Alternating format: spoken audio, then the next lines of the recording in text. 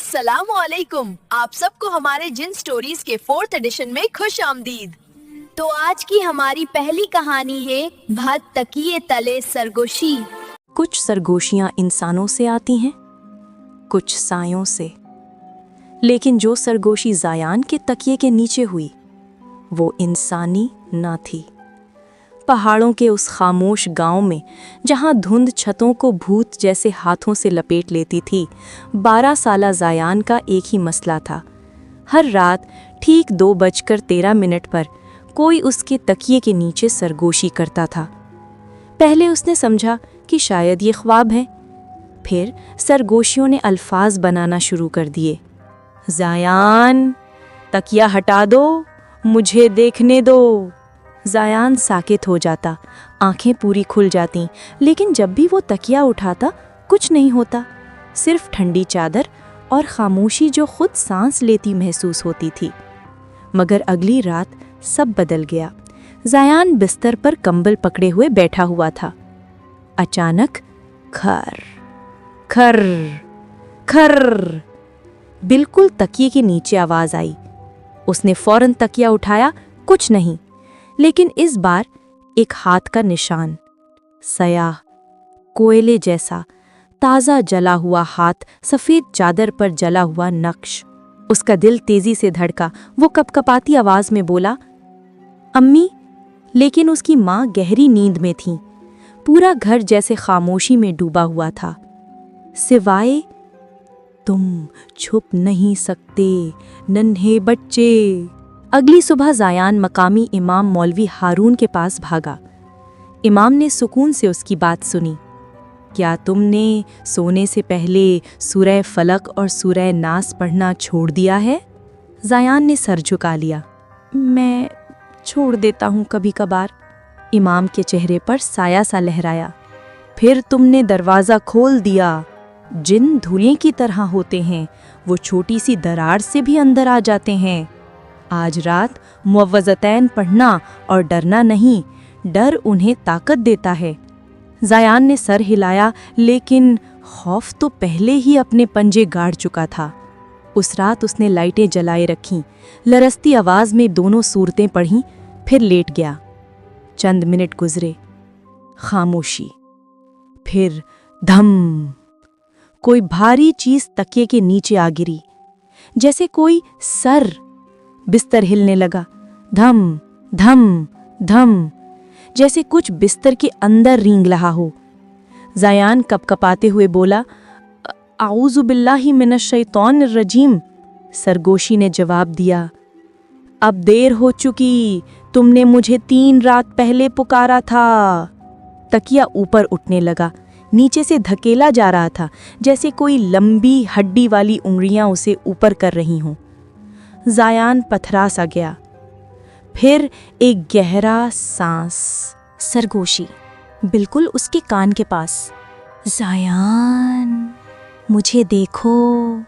تکیہ اٹھا ذرا سا اور زایان نے اسے دیکھا۔ ایک چہرہ، جلے ہوئے لکڑی جیسا کالا، آنکھیں بجھتی آگ کی طرح سرخ، جبڑا کھلا ہوا، کھنچتا ہوا، ٹوٹتا ہوا، دانت سوئی کی طرح نوکیلے۔ وہ گدے کے اندر سے رینگتا ہوا اوپر آ رہا تھا۔ اس کا دھوئیں جیسا بدن عجیب طرح مڑ رہا تھا۔ اس نے منہ کھولا، تو نے مجھے پکارا تھا۔ لیکن اس کے پوری طرح ابھرنے سے پہلے زایان چلایا، بسم اللہ۔ اس نے تکیہ پکڑا، لڑنے کے لیے نہیں، بلکہ کان ڈھانپ کر پوری طاقت سے پڑھنے کے لیے۔ قل اعوذ برب الفلق۔ مخلوق چیخی، اور جب زایان نے پڑھا وَمِن شَرِّ النَّفَّاثَاتِ فِي الْعُقَدِ، مخلوق جلنے لگی، اس کے جسم میں دراڑیں پڑنے لگیں، اندر سے آگ بھڑکنے لگی، جیسے کوئلے میں آگ پھنس گئی ہو۔ آخر جب اس نے آخری سورت پڑھی، قل اعوذ برب الناس، مخلوق نے آخری چیخ ماری، نہیں، اللہ کا کلام نہیں۔ پھر فوش، وہ دھوئیں کی کالک بن کر پھٹ گئے اور ختم ہو گئے۔ کمرہ خاموش، گرم اور محفوظ ہو گیا۔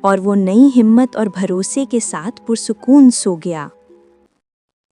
اللہ تعالیٰ قرآن مجید میں فرماتے ہیں، اللہ نور السماوات والارض، اللہ آسمانوں اور زمین کا نور ہے۔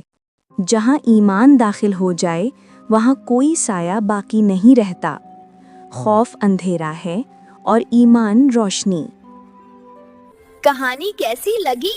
ہماری اگلی کہانی ہے آئینے کا جن ہے۔ رات کی گہری خاموشی میں جب خواب سائے بن کر پگھلتے ہیں، ماہر نے دستک سنی، دروازے پر نہیں بلکہ آئینے سے۔ شمیلہ جاگ اٹھی، اس نے دیکھا ماہر سیدھا بیٹھا ہے، آنکھیں پوری کھلی، کمرے کے آخری سرے پر کھڑے لمبے آئینے کو گھورتا ہوا۔ ماہر نے کانپتی آواز میں سرگوشی کی، شمیلہ، کسی نے میرا نام پکارا ہے، آئینے کے اندر سے۔ چاندنی لرز اٹھی، آئینہ اندر سے دھندلا گیا، جیسے کوئی پیچھے سے سانس لے رہا ہو۔ شمیلہ نے آہستہ سے اس کا کندھا تھاما، یہ صرف خواب ہے ماہر، سو جاؤ۔ لیکن اسے معلوم نہیں تھا، یہ صرف شروعات تھی۔ اگلی رات ماہر نیند میں ڈوبا اور خود کو ایک طویل حال میں پایا جو آئینوں سے بھرا ہوا تھا۔ ہر عکس مڑتا تھا، بگڑتا تھا، وہ مسکراتا تھا جہاں ماہر مسکرا نہیں رہا تھا۔ حال کے آخری سرے پر ایک عکس نے ہاتھ ہلایا، لیکن ماہر نے ہاتھ نہیں ہلایا تھا۔ ماہر، قریب آؤ۔ وہ جھٹکے سے جاگ اٹھا، تکیا پسینے سے بھیگا ہوا تھا۔ شمیلہ نے جلدی سے لیمپ چلایا، گھبرا کر پوچھا، تم نے پھر وہی خواب دیکھا؟ ماہر بس سر ہلا سکا۔ تیسری رات بدترین تھی۔ جب دونوں سونے لگے تو کمرہ برف کی طرح سرد ہو گیا، آئینے کی سطح پانی کی طرح لہرانے لگی۔ اندر سے ایک سیاہ ہاتھ ابھرا، لمبی ہنگلیاں، حد سے زیادہ پتلی، اور جوڑ ضرورت سے زیادہ۔ شمیلہ کی چیخ نکل گئی، ماہر مت دیکھو! لیکن آواز اندھیرے میں رینگتی ہوئی آئی، کیوں بھاگتے ہو ماہر؟ تم نے مجھے خواب میں دیکھا تھا، واپس آؤ۔ بجلی چمکی اور آئینے کے اندر کی شکل نے پھٹا ہوا سیاہ نقاب اٹھایا۔ آنکھیں نہیں تھیں، صرف ایک خالی گڑھا جو بجھتی چنگاریوں کی طرح دہک رہا تھا۔ دونوں بہن بھائی چیخ اٹھے۔ اچانک آئینہ باہر کی طرف پھٹ گیا، شیشہ ہوا میں معلق رہ گیا، جیسے وقت رک گیا ہو۔ شگافوں میں سے دھوئیں اور سائفے بنا ایک جن باہر آیا، اس کا چہرہ اب بھی چیتھرے ہوئے پردے کے پیچھے چھپا ہوا تھا۔ ہڈیوں میں اترتی آواز، میں نے تمہیں خواب دکھائے تاکہ تم جواب دو، اب نقاب ہٹاؤ، مجھے دیکھنے دو۔ ماہر پتھر کا ہو گیا، مگر شمیلہ کو ماں کی بات یاد آ گئی، جب بھی دل میں خوف آئے اللہ کی پناہ مانگو، برا خواب شیطان کی طرف سے ہوتا ہے۔ اس نے ماہر کا ہاتھ پکڑا اور بلند آواز میں آیت الکرسی پڑھنے لگی۔ سفید روشنی کا دھماکہ ہوا، جن چیخا، پیچھے لڑکھڑایا، اس کا نقاب جلنے لگا، اس کا وجود طوفان میں بکھر کی راکھ بن گیا۔ ایک آخری چیخ کے ساتھ وہ ختم ہوا اور آئینہ پھر سے جڑ گیا، جیسے کچھ ہوا ہی نہیں تھا۔ خاموشی۔ ماہر ہچکیوں کے ساتھ رو پڑا۔ شمیلہ نے اسے گلے لگا لیا۔ برے خواب ہمیں نقصان نہیں دیتے جب اللہ ہماری حفاظت کرتا ہے، انہیں جواب نہ دو، انہیں اہمیت نہ دو۔ کمرہ گرم ہو گیا، آئینہ خاموش رہا، اور کئی راتوں بعد پہلی بار ماہر سکون سے سو گیا۔ ہمارے پیارے نبی صلی اللہ علیہ وآلہ وسلم نے فرمایا، اچھا خواب اللہ کی طرف سے ہے اور برا خواب شیطان کی طرف سے۔ اس لیے جب بھی ڈراؤنا خواب آئے بسم اللہ کہو، اس سے منہ موڑ لو اور خوف کو اپنے قریب نہ آنے دو۔ سونے سے پہلے آیت الکرسی پڑھو، برے خوابوں کو نظر انداز کرو، اللہ پر بھروسہ رکھو اور شیطان کی سرگوشیاں بے اثر ہو جائیں گی۔ کہانی پسند آئی؟ ہماری اگلی کہانی ہے پر اسرار مہمان۔ ہر رات ٹھیک 2:17 پر حمزہ کے دروازے پر کوئی دستک دیتا تھا، نہ زور سے نہ بلند آواز میں، بس اتنی سی کہ احساس ہو جائے کہ باہر کوئی کھڑا ہے۔ قریت الصحرا کا گاؤں جلدی سو جاتا تھا، نہ گلیوں میں روشنیاں، نہ رات کے آوازیں، بس ہوا اور وہ سائے جو حد سے زیادہ لمبے ہو جاتے تھے۔ 14 سالہ حمزہ اپنی بیوہ ماں کے ساتھ گاؤں کے کنارے ایک کچے مکان میں رہتا تھا۔ وہ غریب تھے مگر ایک بات کے لیے مشہور تھے، وہ دوسروں کی مدد کرتے تھے، خاموشی سے، نہ نام نہ شکریہ، صرف اللہ جانتا تھا۔ یہ سب ایک بے چاند رات سے شروع ہوا۔ دستک دستک، حمزہ ہڑبڑا کر اٹھ بیٹھا۔ اس کی ماں سکون سے سو رہی تھی۔ دستک پھر آئی۔ حمزہ کی دھڑکتے دل کے ساتھ دروازے کی طرف بڑھا۔ کون ہے؟ اس نے سرگوشی کی۔ خاموشی۔ جب اس نے دروازہ کھولا کوئی نہ تھا، مگر زمین پر ایک چھوٹی سی کپڑے کی پوٹلی پڑی تھی۔ اندر تھا آٹا، کھجوریں اور ایک چاندی کا سکہ۔ کئی دنوں کے لیے کافی خوراک، نہ پاؤں کے نشان، نہ کوئی راستہ، بس ٹھنڈی ہوا اور جلتی ہوئی ریت کی ہلکی سی بو۔ اگلی صبح حمزہ کی ماں نے تیور چڑھائے۔ رات کو کوئی تحفہ نہیں دیتا، اس نے نرمی سے کہا، خاص طور پر بے نام۔ اسی رات دستک پھر ہوئی۔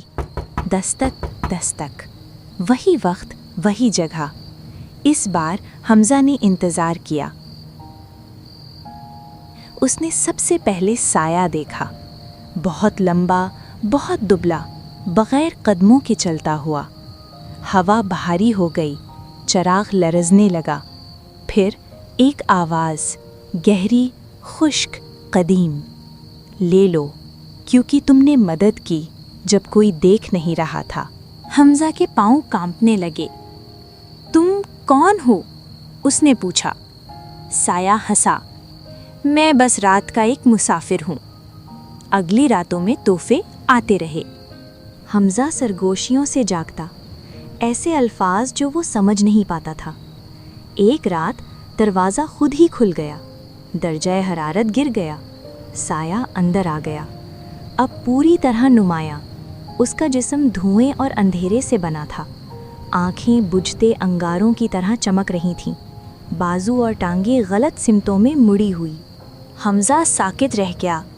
جن جھک کر قریب آیا، اس کی آواز اب تیز تھی، انسان تعریف کے لیے دیتے ہیں مگر تم خفیہ دیتے ہو۔ وہ اور قریب ہوا اور اخلاص حفاظت بن جاتا ہے۔ اچانک دیواریں لرزنے لگیں، کمرے میں ایک بھیانک سیاہ وجود آ پہنچا تھا۔ جن چونک گیا۔ تمہارے دشمن ہیں لڑکے، ایسے جن جو ان سے نفرت کرتے ہیں جنہیں اللہ یاد رکھتا ہے۔ حمزہ کا گلا خشک ہو گیا۔ پھر تم ہماری مدد کیوں کرتے ہو؟ اس نے سرگوشی کی۔ جن کی آواز نرم ہو گئی، کیونکہ جو کچھ اللہ کے لیے دیا جائے وہ ڈھال بن جاتا ہے۔ اس نے پنجہ اٹھایا، پاک کلام کی تلاوت کرو۔ حمزہ کو اپنی ماں کی بات یاد آئی۔ کانپتے ہونٹوں سے اس نے پڑھا، اعوذ باللہ من الشیطان الرجیم۔ کمرہ نور سے بھر گیا۔ وہ سیاہ وجود چیخ اٹھا، ایسی چیخ کہ زمین جیسے پھٹ جائے اور پھر غائب ہو گیا۔ خاموشی۔ جن پیچھے ہٹا، سکڑتا، مٹتا ہوا۔ اگلی صبح سے تحفے آنا بند ہو گئے، مگر کچھ اور باقی رہ گیا، سکون۔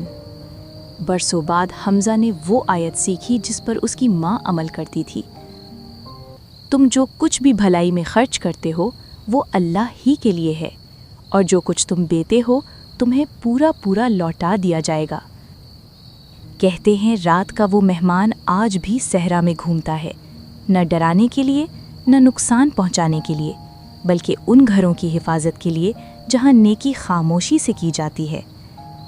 جب تم اللہ کی رضا کے لیے اخلاص سے مدد کرتے ہو تو غیب کی مخلوق بھی تمہاری حفاظت پر مامور ہو جاتی ہے۔ Welcome back. ہماری اگلی کہانی اس لڑکے کی ہے جس نے امام سے جھوٹ بولا۔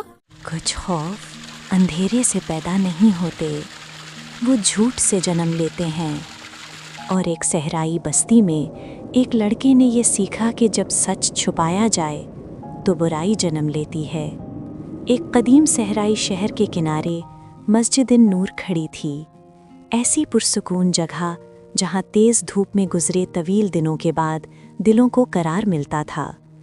ہر نماز سے پہلے اس کے چراغ روشن کر دیے جاتے، اس کے دروازے کبھی خوفزدہ لوگوں پر بند نہ ہوتے اور کوئی ناپاک شے کبھی اس کی دہلیز پار نہ کرتے، لیکن خوف ہمیشہ مسجد میں داخل نہیں ہوتا، کبھی کبھی وہ باہر انتظار کرتا ہے۔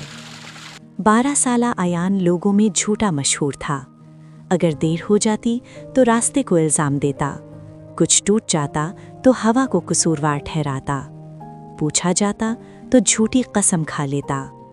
چھوٹے جھوٹ وہ سوچتا، بے ضرر ہی تو ہیں۔ ایک دوپہر عصر کے بعد مسجد کی صحن کی صفائی کرتے ہوئے ایان کو وضو خانے کے قریب امام صاحب کی تسبیح ملی۔ جب بعد میں اس سے پوچھا گیا تو خوف اس پر غالب آ گیا۔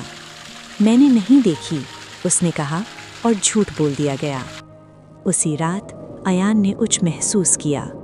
جب ایان گھر کی طرف چلا، اسے پیچھے قدموں کی آواز سنائی دی، آہستہ گھسٹتی ہوئی۔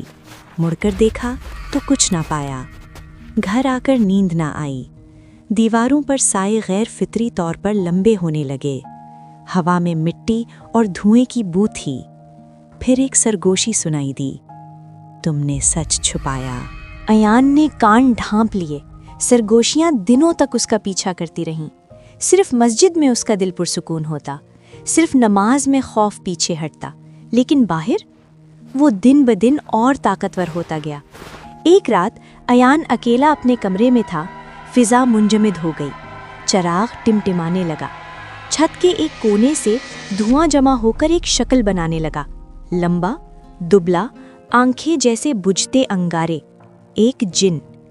وہ جن زہریلے انداز میں بولا، جھوٹ ہمیں بلاتا ہے، وہ سسکارا، اور تم نے دروازہ کھلا چھوڑ دیا۔ ایان کانپنے لگا، میں ڈر گیا تھا۔ جن قریب جھکا، جھوٹ کے ساتھ خوف بڑھتا ہے، سچ ہمیں بھگاتا ہے۔ اس کا سایہ ایان کی طرف رینگنے لگا، ایک اور جھوٹ اور میں یہیں رہوں گا۔ ایان چیخ اٹھا۔ فجر سے پہلے ایان دوڑتا ہوا مسجد پہنچا۔ امام صاحب کے سامنے کھڑا ہوا تو اس کی آواز کانپ رہی تھی۔ میں نے جھوٹ بولا تھا، اس نے کہا۔ تسبیح مجھے ملی تھی اور میں نے چھپا لی۔ مجھے سزا کا خوف اللہ کی ناراضگی کے خوف سے زیادہ تھا۔ امام صاحب نے سکون سے سنا، پھر نرمی سے فرمایا، سچ خوف سے بھاری ہوتا ہے مگر نجات دیتا ہے۔ تسبیح واپس کر دی گئی، دعا کی گئی، ایان نے پورا سچ بیان کر دیا۔ اس رات سرگوشیاں رک گئیں، سائے سکڑ گئے، جن دوبارہ کبھی نہ آیا، کیونکہ سچ نے وہ دروازہ بند کر دیا تھا جو جھوٹ نے کھولا تھا۔ اس رات امام نے لوگوں کو قرآن مجید کی یہ آیت یاد دلائی، یا ایھا الذین آمنوا اتقوا اللہ وکونوا مع الصادقین، اے ایمان والو، اللہ سے ڈرو اور سچوں کے ساتھ ہو جاؤ۔ اور نبی کریم صلی اللہ علیہ وسلم کی حدیث بھی بیان فرمائی کہ سچ نیکی کی طرف لے جاتا ہے اور نیکی جنت کی طرف، اور جھوٹ گناہ کی طرف لے جاتا ہے اور گناہ جہنم کی طرف۔ جھوٹ خوف کو بڑھاتا ہے، سچ اسے ختم کر دیتا ہے، اور ایمان حفاظت کرتا ہے۔ او جناب، ہماری آج کی آخری کہانی ہے غائب ہوتا دوست۔ فیض کے خاموش قصبے میں، پرانے دیودار کے جنگل کے سائے تلے، کچھ عجیب ہونے لگا۔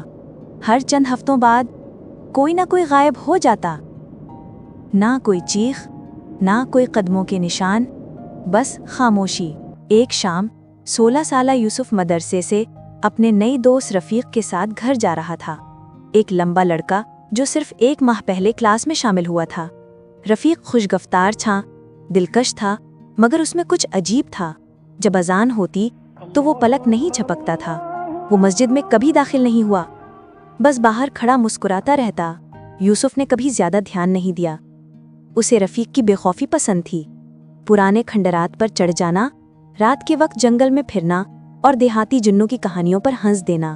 ایک رات رفیق نے سرگوشی کی، چلو یوسف، عشاء کے بعد جنگل چلتے ہیں، میں تمہیں وہ چیز دکھاؤں گا جو 100 سال سے کسی نے نہیں دیکھی۔ یوسف جھجکا، مگر تجسس غالب آ گیا۔ وہ دونوں جنگل کی گہرائی میں چلے گئے۔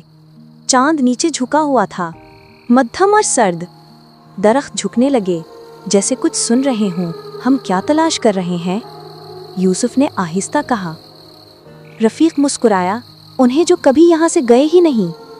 یوسف نے مڑ کر دیکھا اور دہشت سے جم گیا۔ رفیق کے قدموں کے نشان وہیں ختم ہو گئے تھے، مگر رفیق اب بھی موجود تھا، زمین سے چند انچ اوپر معلق۔ اس کی آواز گونج اٹھی، گہری، خوفناک، ہر سمت سے۔ تم میرے پیچھے بہت دور تک آئے ہو یوسف، اب ہمیشہ میرے ساتھ رہو۔ جنگل شور سے پھٹ پڑا، ہوا چیخی، پتے سرسرائے، سائے درختوں کے بیچ دوڑنے لگے۔ یوسف بھاگا، لڑکھڑایا، سانس پھول گیا۔ پیچھے سے رفیق کی ہنسی بدلی، اب وہ انسانی نہیں رہی، وہ آگ کی طرح چیخنے لگی۔ پھر یوسف نے اپنے کندھے پر ٹھنڈی انگلیوں کا لمس محسوس کیا۔ نہ بھاگو یوسف، وہ آواز پھنکاری، ہم تو دوست تھے، یاد ہے؟ یوسف نے پلٹ کر دیکھا اور رفیق کی اصلی شکل دیکھی، آنکھیں دہکتے انگاروں کی طرح، جلد راکھ جیسی سرمئی، اور اس کے گرد سایہ دھوئیں کی طرح لپٹا ہوا۔ پاؤں غائب تھے، ان کی جگہ سیاہ دھند اٹھ رہی تھی۔ جن نے ہاتھ بڑھایا، تم نے خود مجھے چنا تھا جب تم نے اذان کو نظر انداز کیا، جب تم نے مقدس چیزوں کا مذاق اڑایا۔ یوسف چیخا اور فوراً پڑھنے لگا جو استاد نے سکھایا تھا، قل اعوذ برب الفلق، قل اعوذ برب الناس۔ جنگل لرز اٹھا، رفیق کی شکل مڑنے لگی، چیخی اور سیاہ دھوئیں کے ذرات میں بکھر کر رات میں غائب ہو گئی۔ جب یوسف جاگا، صبح ہو چکی تھی۔ وہ جنگل کے باہر کنویں کے پاس لیٹا تھا، ہاتھ میں تسبیح کو مضبوطی سے تھامے ہوئے۔ دیہاتیوں نے اسے لرزتے ہوئے پایا۔ رفیق کو پھر کسی نے نہیں دیکھا، مگر جب کبھی ہوا دیودار کے درختوں میں گونجتی ہے، یوسف کو اب بھی وہ سرگوشی سنائی دیتی ہے، اپنے دوست سمجھداری سے چنو۔ اللہ تعالیٰ قرآن پاک میں ارشاد فرماتے ہیں، ہائے کاش میں فلاں کو دوست نہ بناتا، اس نے مجھے ذکر الہی سے ہٹا دیا جب وہ میرے پاس آ چکا تھا، کیونکہ بعض اوقات غلط دوست صرف تمہاری راہ نہیں بدلتا، وہ تمہاری روح بھی اپنے ساتھ لے جاتا ہے۔ تو پیارے بچوں، انسان اپنی صحبت سے پہچانا جاتا ہے، تو ہمیشہ سوچ سمجھ کر دوستی کرو۔ ہاں، مزید خوبصورت اسلامی کہانیوں کے لیے لائک، شیئر اور سبسکرائب کرنا مت بھولیے۔